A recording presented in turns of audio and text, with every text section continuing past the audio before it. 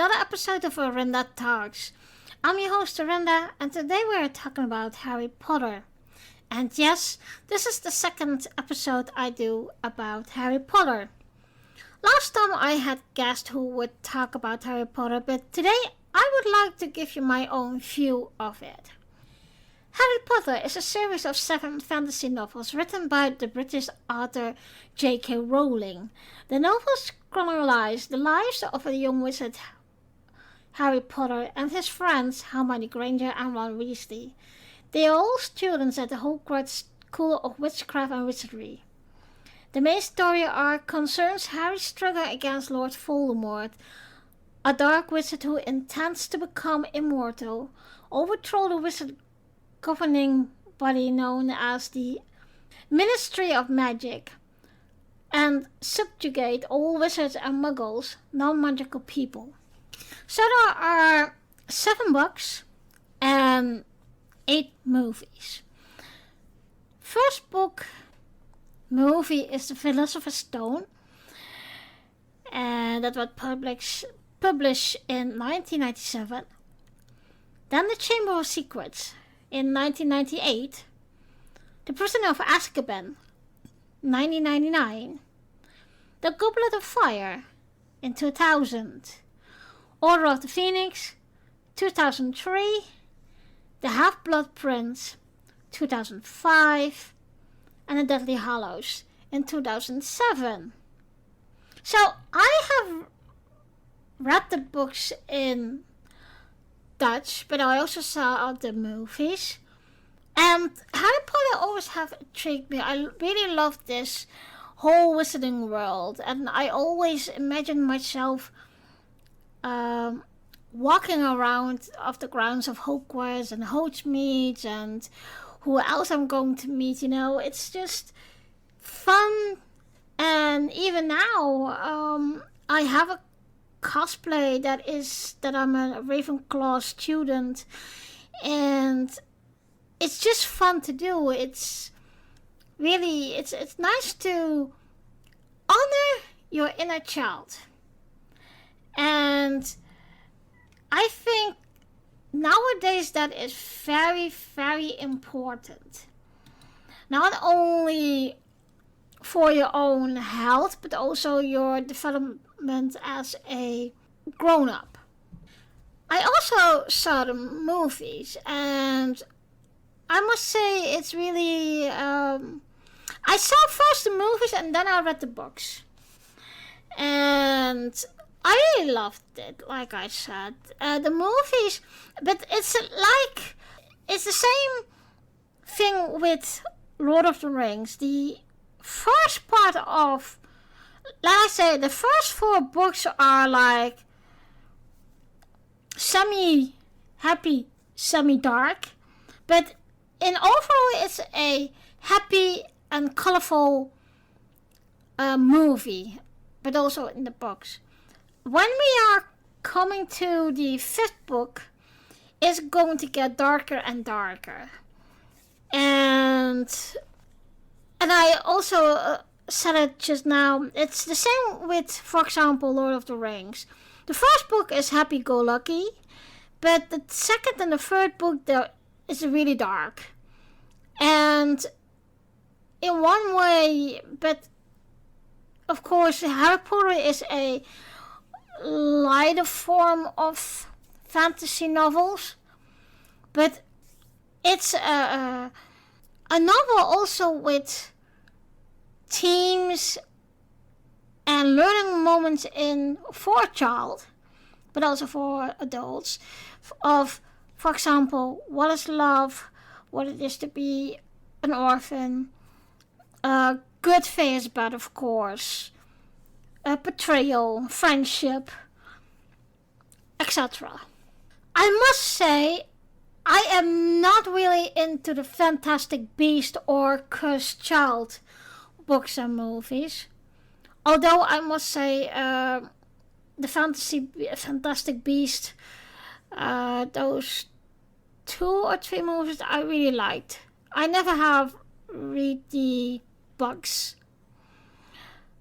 because for me, Harry Potter is just the first 7 books or 8 movies, and that's how it is for me. So let's talk about the Golden Trio: Harry, Ron, and Hermione. It is, I think, in one way, destiny that they have met each other, but also like they belong to each other. And of course, Hermione and Ron ended up together. Although, in one way, that was very weird because I don't think they are. For them to be together is just weird because they are, in that way, not suitable. And you have the know-it-all, some kind of a woman that, a little girl that grows into a woman that is very passionate, but also like, she always was the gamekeeper of those 3, you know. Hermione was always the one of course, not bending the rules. And that was really what I really like in the last book, is that she overthrown the book and the rules, and she said, well, what the heck, it's measured time, so I need to bend the rules to survive. And, well, we see, of course, that the friendship of those 3 is very close, but that close that all the darkness in the last 2 books, it's really testing them. And especially when Dumbledore dies, I think their friendship hangs on, I don't want to say a threat, but it's more like there is so much that they've been influenced by their surroundings, but also the people in their lives. And of course, one thing what was really bad to see was that how Bellatrix Bellatrix Lestrange, how she tormented Hermione, but Hermione was also the one who kept the boys in check. And we could see that when that was the Yule Ball, they ruined it for her. And I was thinking, why would you do that? And why would this be happening? Because why won't you give Hermione one evening of her life? And that was very mentionable when we see Neville Longbottom. He went with Ginny, and the geek, the nerd, the soft boy of being a Gryffindor, for crying out loud. He was the only one who has the time of his life, and that was the funny part also when McGonagall went to teach them dancing for the Yule Ball. That she picked Ron, and of course that was a very funny scene to watch, that the Weasley twins will never ever ever let Ron forget that McGonagall asked him to dance with him. And later on, I can't remember where I read this. Maybe it was on Pottermore or just the Wizarding World website. But there was this thing that when he married Hermione, he asked for the first dance Professor McGonagall. And she would say, why? Why would you dance with me? And he answered, "Oh, just for old measures and for old times." So that was one little note that I was thinking, oh, that is nice. That is. We never would expect that from Ron. Ron was, I think, is an underestimated character in the way of he can be very stupid. He can be very rude, but also he can be your best friend. And one of the scenes I really loved was in The Philosopher's Stone, when they had to go to those hallways and they came at that wizard chess, and he was the one who played it. And I really loved that scene. But there were other scenes as well of him that I was thinking, okay, you can be different. And although Ron is coming from a poor visiting family with a lot of brothers and one sister, I do think he is been brought up in a lovable family, and especially with his parents. I think we may thank Molly and Arthur Weasley what they have done for Hogwarts, for Harry, for the Wizarding World in what they do, and especially their children too. They are very on the side of the good. And I really, really, really loved the Burrow, and you could see the first time when Harry came to the Burrow that everything was magic. And I think a lot of children who have read the book is that how a wizarding house would look like. And I think every child would love to stay there.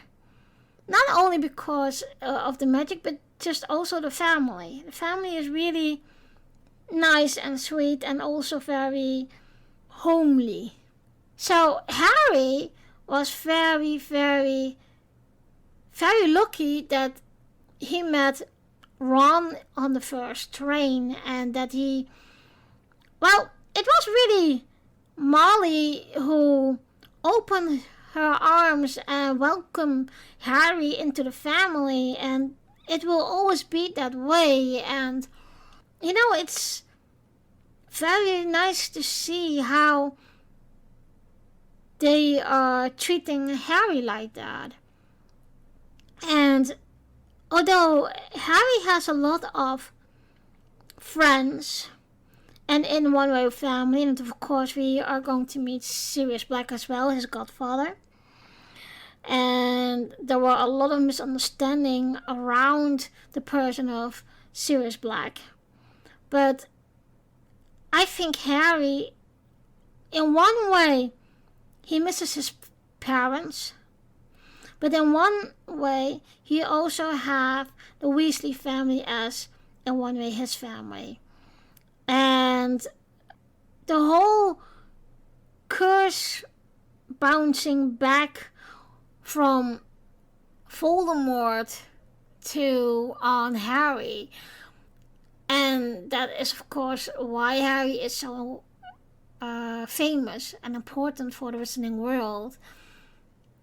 I think it's the one thing that will stand up as a I don't want to say trope, but it is like the main thing of the story of good fears bad.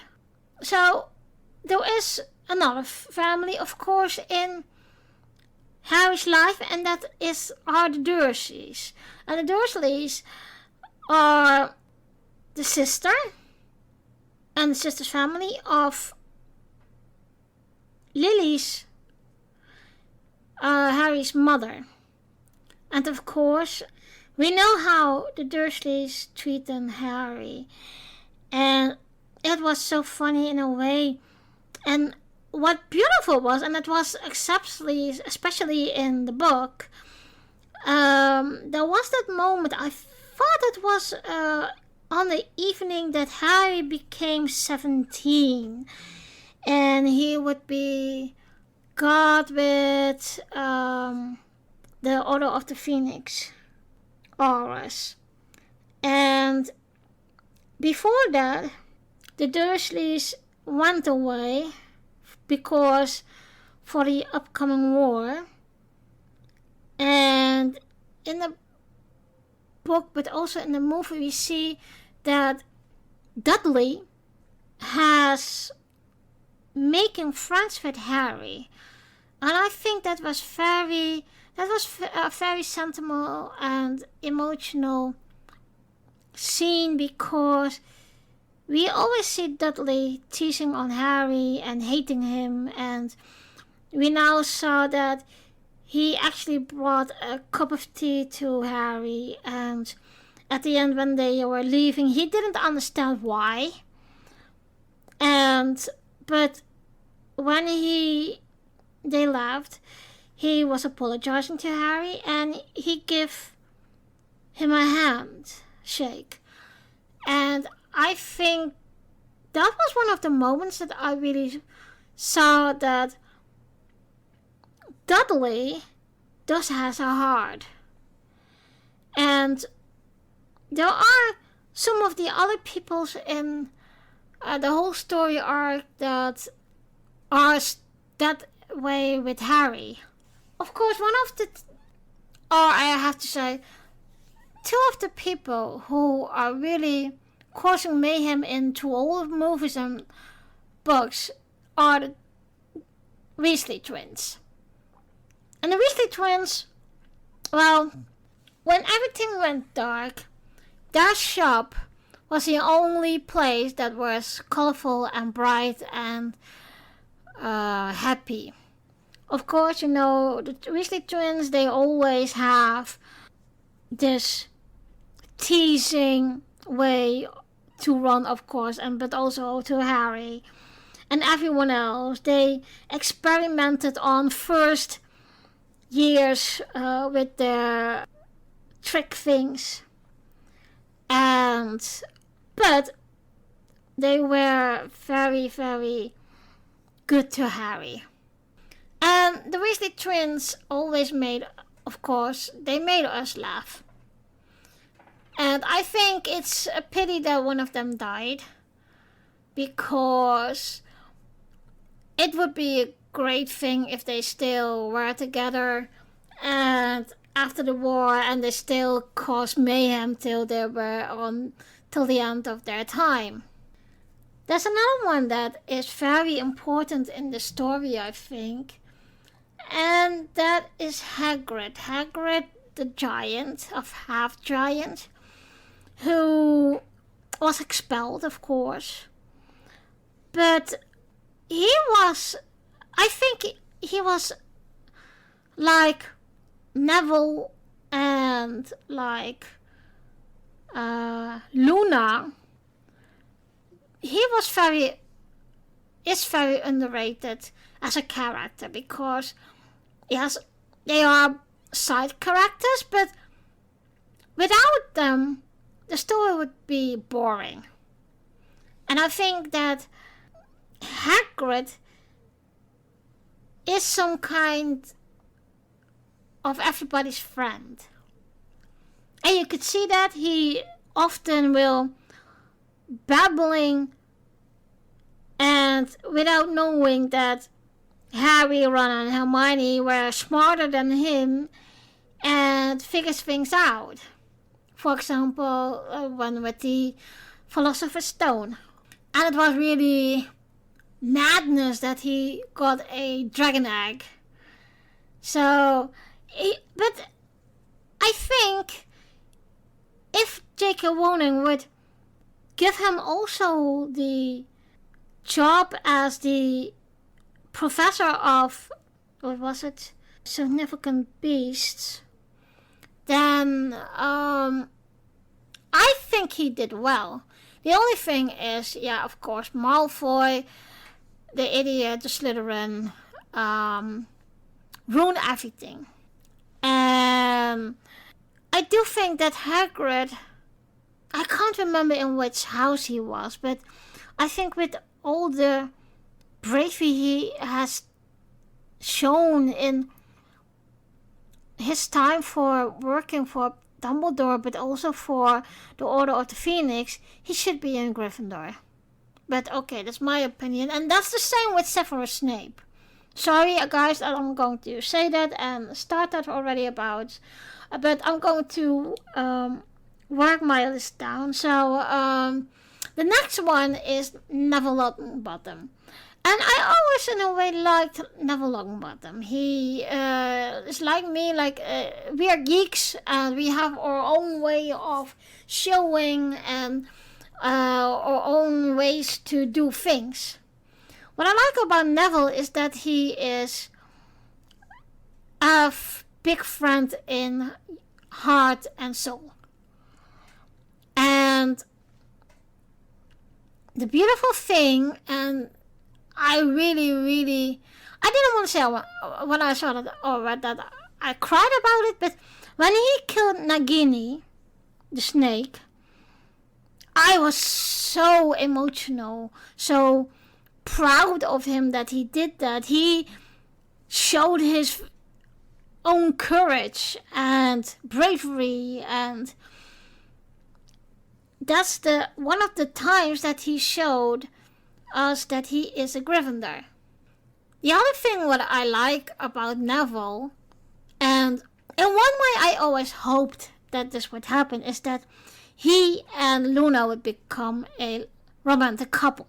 They are good together, and I really loved it that in the end they came in one way together, and I don't want to say they have the romance, but it's nice to see that they have interest in each other.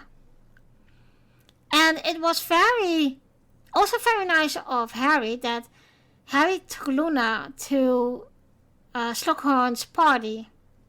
There was another thing, and that was that time with Alistair Mooney. I always thought he was grumpy, really grumpy. But we know in the fourth book is that somebody has kidnapped him and they chased himself in Mooney. Of course there are other professors like, of course, Gilroy Lockhart, and of course Professor McGonagall. We have Remus Lupin. It's a pity that after one book he already resigned as a professor, because I think there must be a lot more that students could be been taught by him.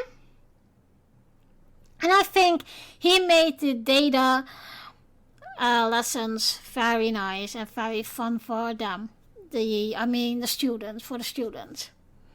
What I also love about Remus, not because he's just a werewolf, and I have something with werewolves. I write my own fantasy stories, and I always have something with werewolf or lycans or elves, that sort of kind of things, and wizards, of course.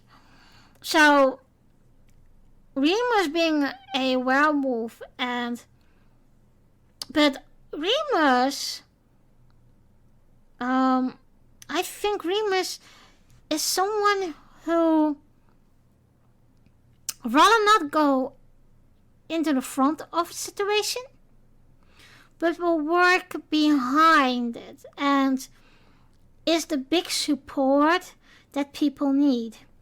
And you could see that also when they were young, and James Potter, Lily, and the others formed their little group. Remus was always the quiet one. And but there is something about Remus that I liked, and that was his, not only his quietness, but his manner of do things, thinking of things, and we could see that in when that scene came up with the Moor's map. I really love that one, by the way. That in one way he was very careful with it, and in the other one hand, when he resigned of Hogwarts, he said to Harry, "Well, I don't feel guilty anymore for giving you this done," and he gave the Moor's map back to Harry. But I do think that Harry was very surprised and happy who the Moors were.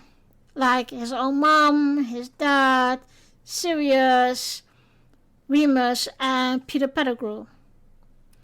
Speaking of one of the villains in Harry Potter, I never liked Peter Pettigrew.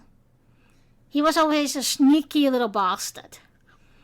And when we saw in The Prisoner of Azkaban that they figured out that Ron's rat was Peter Pettigrew, that was in one way a surprise for me, because I never thought that would happen. But I hated him. I really hated him. And it's nice to see that Peter Pettigrew not getting away with what he did. We all know that Peter Pettigrew was the one who betrayed Lily and James to Lord Voldemort. And, well, I think a lot of fans are not happy with that. The houses of Hogwarts are Gryffindor, Ravenclaw, Hufflepuff, and Slytherin. Well, I belong to Ravenclaw. I always have something. Sometimes it's Hufflepuff as well, but most of the time it's Ravenclaw. That's where I belong to, and of course it's every house have their own speciality and their own characters in it. And let me tell you something about well-known people who we know from the movies and the books that are in the houses. In Gryffindor is of course Professor McGonagall, Harry Potter, Sirius Black, Remus Lupin, of course, James Potter, of course the Weasleys, etc. Ravenclaw, then we have of course Luna, Cho Chang, Mourning Myrtle, and Professor Trelawney. Hufflepuff, Cedric Diggory, Professor Sprout, Newton Scamander, and the rest, of course. And of course you have Slytherin, Severus Snape, Draco Malfoy, Tom Riddle, the Strange and Black children, except of course for Sirius Black. Sirius was in Gryffindor. Dolores Umbridge, etc. I wanted to come back a little bit to Luna. I really love the character Luna, and I can identify myself with Luna. And that's why I think I also am in the house of Ravenclaw. And you know, on Pottermore, the visiting website of J.K. Rowling herself, there is a test you can do that, and can 3 or 4 tests, making 3 or 4 tests whereby you can make your own visiting passport, and that is really fun to do. So that if you go to Pottermore and get into there, you can keeping up to date with all the Harry Potter news and all the quizzes and etc. What really is fun, I from time to time I take a look again, and then it's like you can just see what's going on and keeping up to date.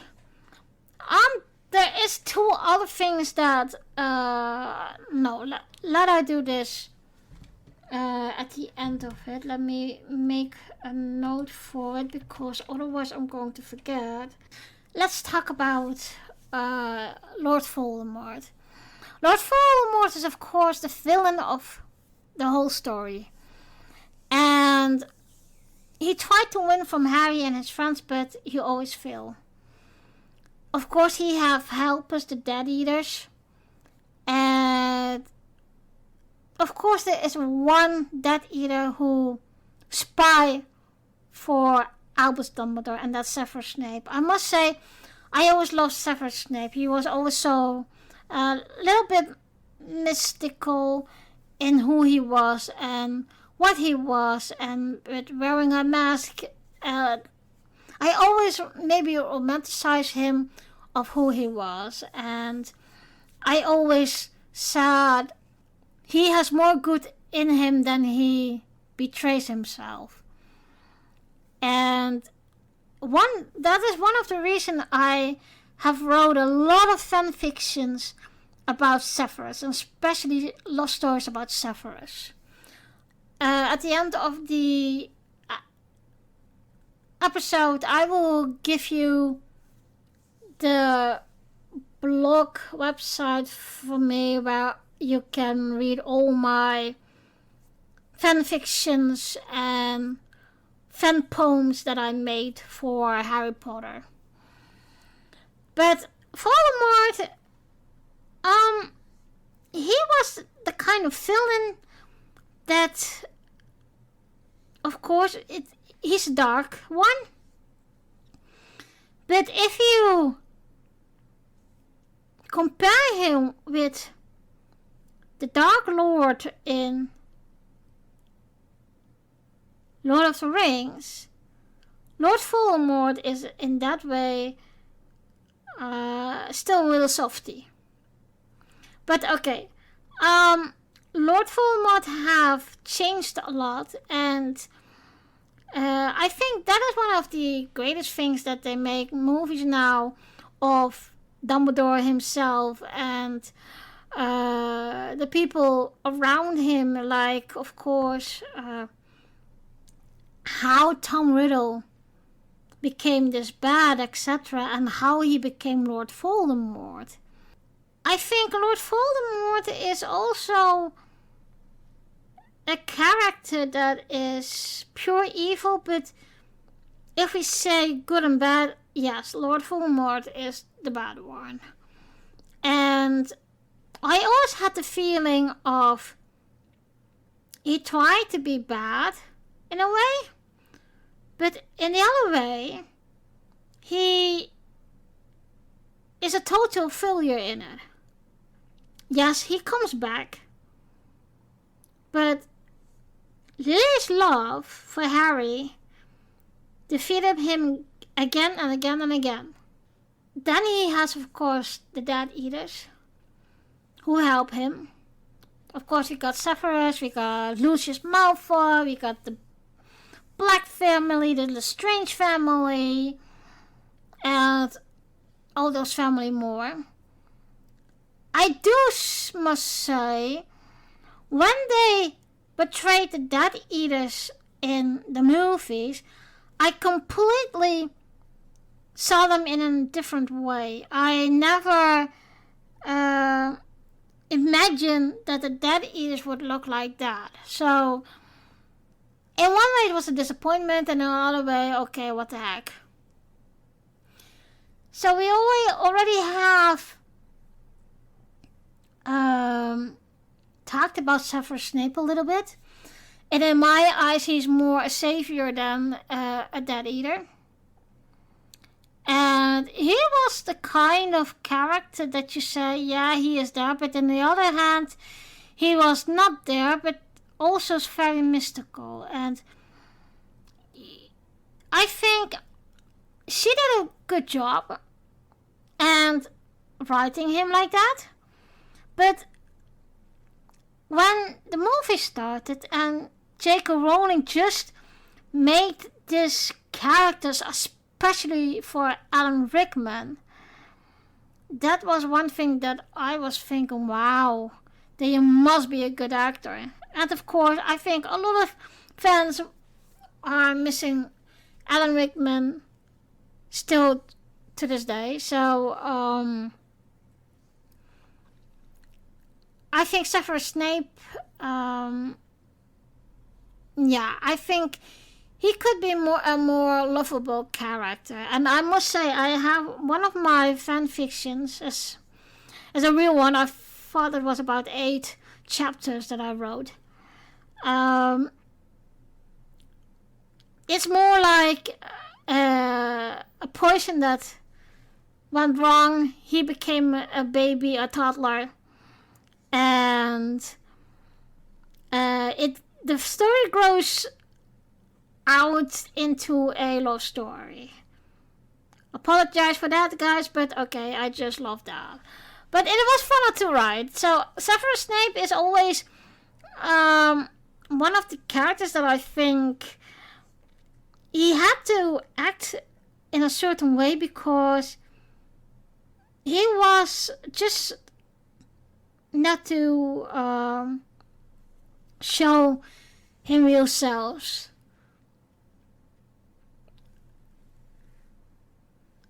So there's one very important wizard as well, and that is, of course, Professor Dumbledore. And I must say, the first Professor Dumbledore in the movies, I really loved him.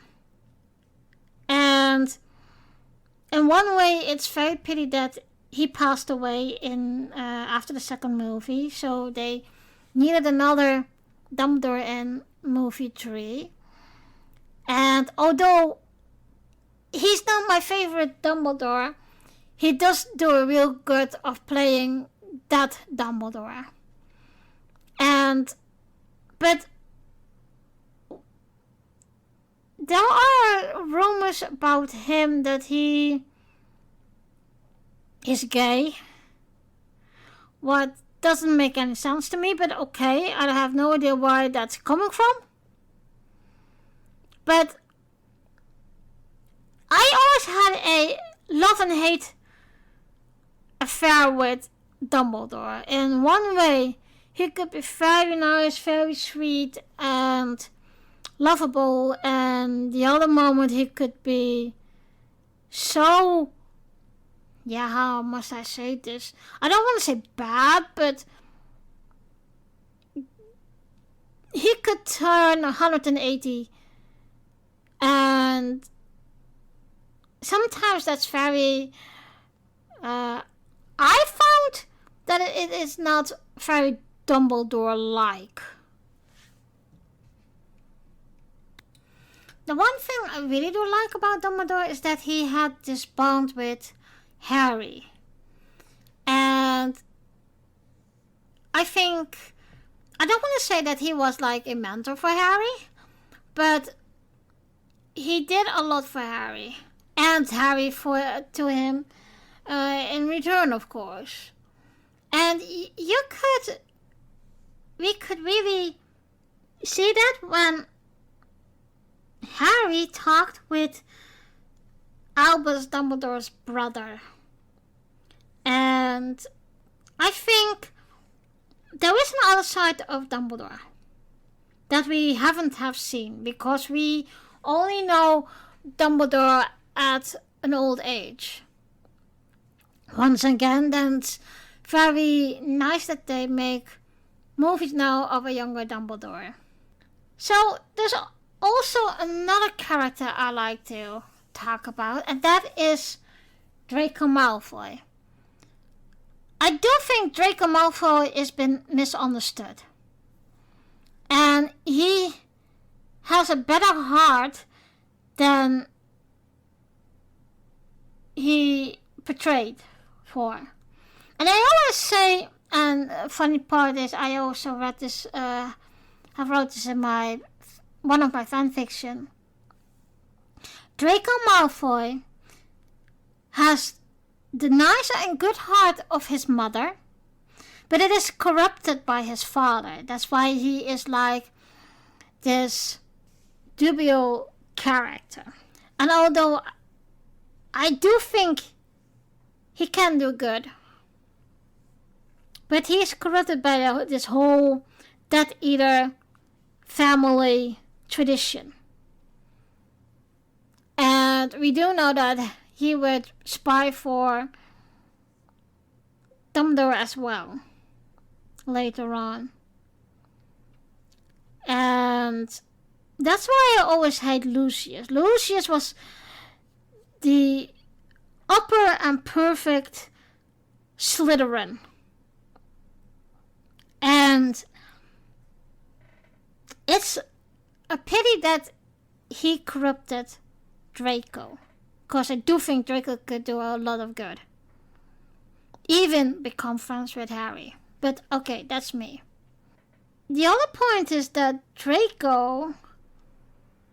I do think Draco has, like Severus, this 2 jobs that he has.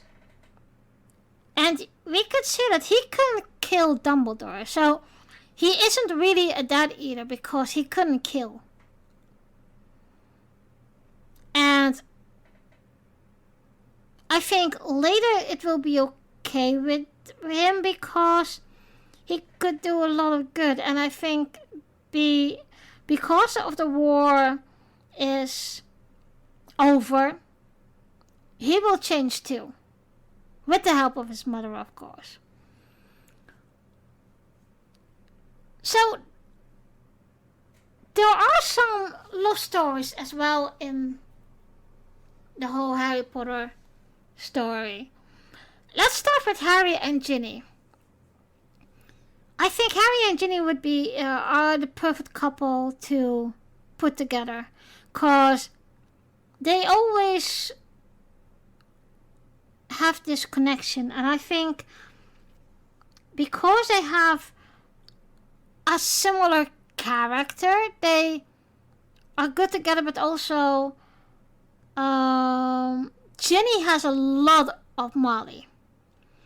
And I think Harry needs a woman like that, because in one way he doesn't know what family is. And when he starts his own family, I think that would be a most blast for him he could ever have. So Harry and Ginny, I approve. Then we have, of course, Ron and Hermione. An odd couple. But in the end, I think they are good together. And perhaps when they are older, they are more suitable than I thought when they were a couple in the beginning. Of course, we see Fleur and Charlie Weasley. What was very surprising to me, cause I wouldn't say they should together, but more like I didn't count on it, to be honest. But it was nice to when they had their wedding, that it was just the point of something happy in a dark time, and I liked that. I liked her dress. I really liked her dress. And I wouldn't have... I don't want to say that they're not good together, but it was just a surprise for me. Really a surprise. Now, I already talked a little bit of Luna and Neville Longbottom. I love those two. I really do. But I thought it wouldn't work out later. But okay, it's very similar. But I really like them together. And they could be geeky and nerdy together. So, but I do love them together. I really do. Then, of course, we have Cho Chang and Cedric Diggory. They were a nice couple. And, of course, there are a lot of more couples, but I will stick it to here because otherwise the episode will be too long. And, well, it's really nice that they put some child love, but also like adult love, because there is one I really need to talk about too, and that is Remus Lupin and Tonks. I really love those two together. I really do. It's a pity that they didn't do more with that. And now thinking about it, maybe it's time for me to write a fanfiction about them too. But okay. So, we all know that Harry Potter is a big franchise. And there's everything you could find about of Harry Potter everywhere in the world, in a lot of stores. For example, also like Primark, etc. But the franchise is very big. And you can't think of anything of it could be Harry Potter related. And I think Harry Potter is that popular because it is a simple story. It's not over too much drama or emotional, or it's not too dark in the way of bloodshed, but you could use your own fantasy as well and your own imagination. And I think that will do us very good, especially when you are an adult and are strict at the rules of society and adulthood. Then it is very nice to pick up a Harry Potter book and dream away. But there are also a lot of adults and people who cosplay Harry Potter, of course. Me, myself included. And there are a lot of events and Comic Cons, etc., who tribute to that. So there is this theme park in Orlando, I think it's with the Orlando Studios, that is really the Harry Potter world for Potterheads to go. Because you can find a lot of sets. You go with the Hogwarts Express to it, and you can drink butterbeer. You can go to Ollivanders for buying a wand, etc. And I really love to go there. But there are also expeditions of Harry Potter. I went to the one that was and still is touring through the whole world. And that was just an expedition of Harry Potter with all the props, the clothing, everything of Harry Potter. They make an expedition of it. And that was very nice. And, you know, it's quite a nice time to have to just go to those expeditions and into the Harry Potter world to see how they made it and where it is filmed. And because also, and I read that yesterday, I believe, that the castle they filmed in for as in Hogwarts that castle is just abandoned now. And I was really shocked by that. Because I was thinking that would be one of the locations where Harry Potter fans will want to go. And it's just abandoned now. It's ridiculous. But okay, that's me. It's like, I always remind myself that also with what they did with Lord of the Rings, there are those sites where, the filming sites where they went in New Zealand, and I think they also made a part still of Hobbiton, where the hobbits lived. Harry, Frodo and Bilbo, and that is so nice to see. And that's what I love about that Orlando studio as well. It's just, you're just in the Harry Potter world, in the Wizarding world, and you'll be happy there and be home. And I think that's a great job what they did, because I think Harry Potter will exist for a long, long time.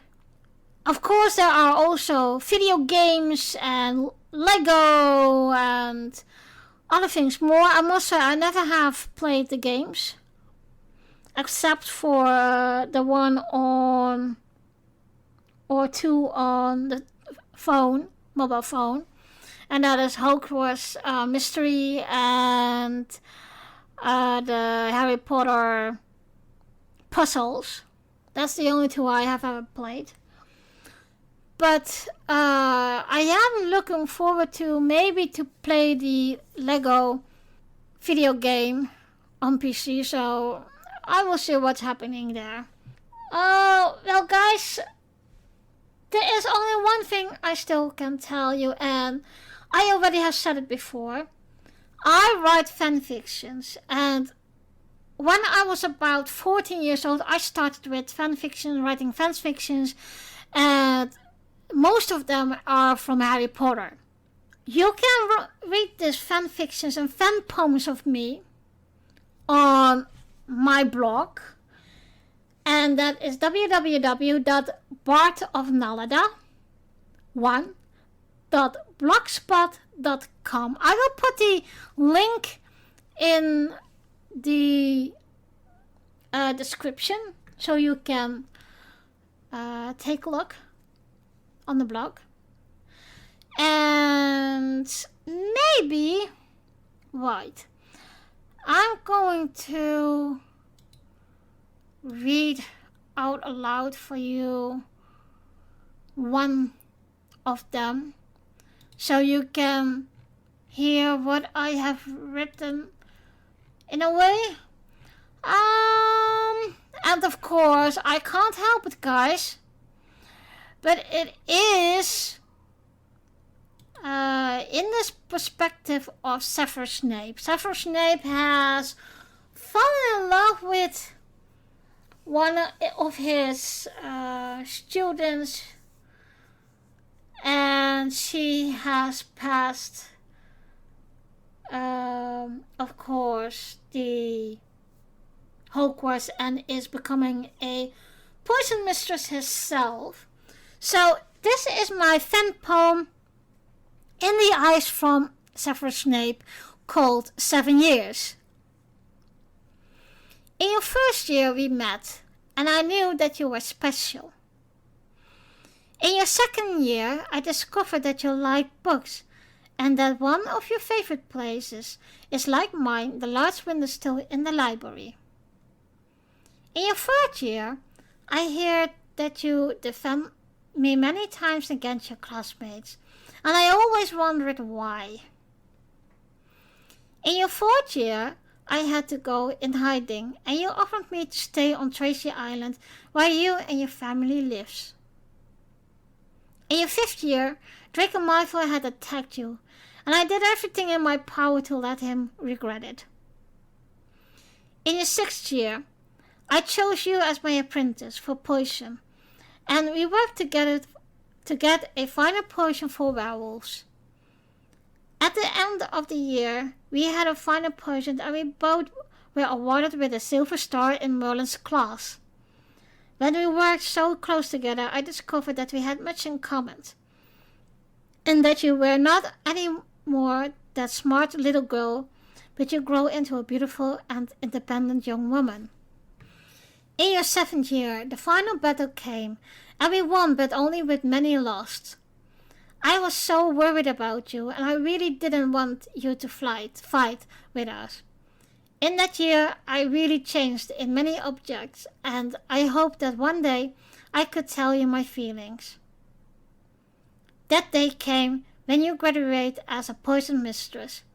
After you graduated from Hogwarts, we still kept close contact, so I came to your graduation. When we were going outside to have fresh air, I confessed my feelings for you, namely that I love you. You got tears in your eyes, and I didn't know why. You hugged me, and you whispered those words I wanted to hear for a long time. I love you too. I looked deep in your eyes. I knew it was true. Slowly I bent forward and kissed you softly. So, that was the fan poem I written, one of the fan poems I've written in the series of Harry Potter. Well, my dear listeners, thank you for listening, and join me in 2 weeks for a new episode of Orinda Talks. You can listen and subscribe to Orinda Talks on the YouTube channel or join the Facebook group. If you'd like to comment or talk about this episode, you can reach out on the Facebook group and the YouTube channel of Orinda Talks. The next episode is about Riverdance the show. I also like to tell you about my other podcast called Girls Talking Trek. Together with my co-host Amanda, we recap every 2 weeks a Star Trek episode, starting with Star Trek TNG. All the episodes will be recapped and chronically following. We will approach each episode with humor and a feminine look. Girls Talking Trek is to listen, follow and subscribe on Anchor, Google Podcast, Spotify, Amazon Music, Apple Podcasts, the Facebook group and the YouTube channel. I will see you in 2 weeks.